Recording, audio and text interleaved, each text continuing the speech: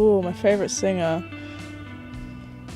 That's a very deep question. It's got to be Drake, the Sixth God, Drizzy.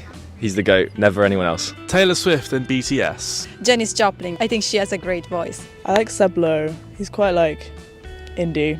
Probably say Fiona Apple. It's got to be Harry Styles. It's definitely David Bowie. I absolutely love David Bowie. He's just great. He was really cool for the time. He just brought in all this kind of new stuff and style, really part of like the glam rock genre. Oh God, I'm so American. I hate to say this, but I think I've been listening to a lot of Noah Kahan recently. Taylor Swift. Jeff Buckley. I really love his voice and his lyrics. I love A.R. Rahman's music because he simply creates magic. Joni Mitchell is the woman who has carried me through. The Beatles, because I like to listen to those old English songs. Easy question is Taylor Swift. My favourite artist is Bach. Que lo diga Spotify, ¿no?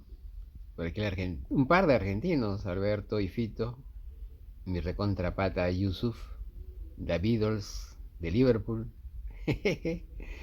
George, el mejor de los Beatles para mí, The Cream, un grupazo, monstruo. Seguimos con ingleses, los Rolling, The Who, un par de estadounidenses, Jimmy y Janis, que junto con el cantante de The Doors, Jim, los tres con Jay,